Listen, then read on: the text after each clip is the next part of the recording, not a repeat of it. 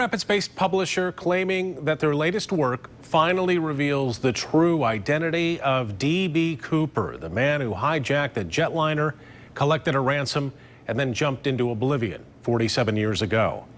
They say that he's a man from Michigan.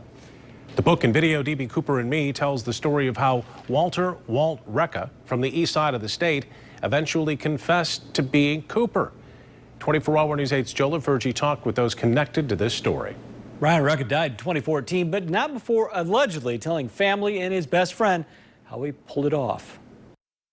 If anyone could pull off the legendary crime D.B. Cooper is accused of pulling off on November 25th, 1975, it was Walt Recca. My best friend Walter was a daredevil.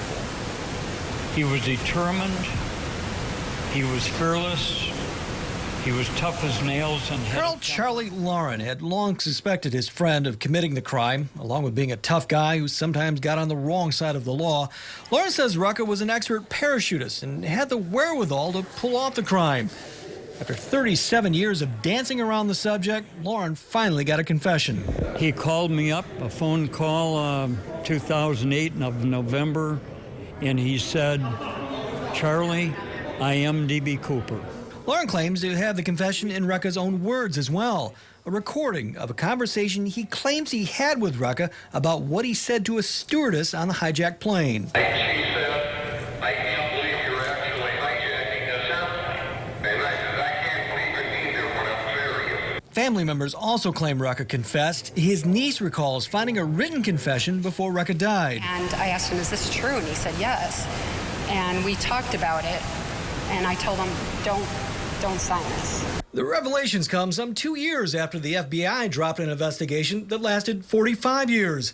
The Bureau suggesting Cooper may not have survived the jump. So if the book is right, somehow Recca, who died in 2014, got away with it. I doubted it for over a year into our investigation, and finally the overwhelming evidence just really did convince me. 800 potential suspects were identified. All but a few dozen were eliminated. So how'd they miss Recca? Well, here's where the story takes yet another wild turn. According to Jones, Recca, sometimes criminal, sometimes globe-trotting rogue adventurer, eventually ended up working for a group tied to the CIA. Jones claims Recca's specialty was assassinations. He believes the FBI ignored evidence they may have collected against Recca for the hijacking because of his CIA ties. We have pretty strong evidence that the FBI went out of their way to not let Walter go to jail. Well, there's several other pieces of information in the book that back up the claims. A book signing is set for tonight at Schuler Books on 28th Street. Yeah, still draws a lot of fascination. I believe it's the only skyjacking never solved. Yeah, at least in the U.S., yeah. Yeah, and boy, somebody got away with it. It's so interesting to think about, yeah. Yeah. Thank you, Joe. Sure. Thanks, Joe.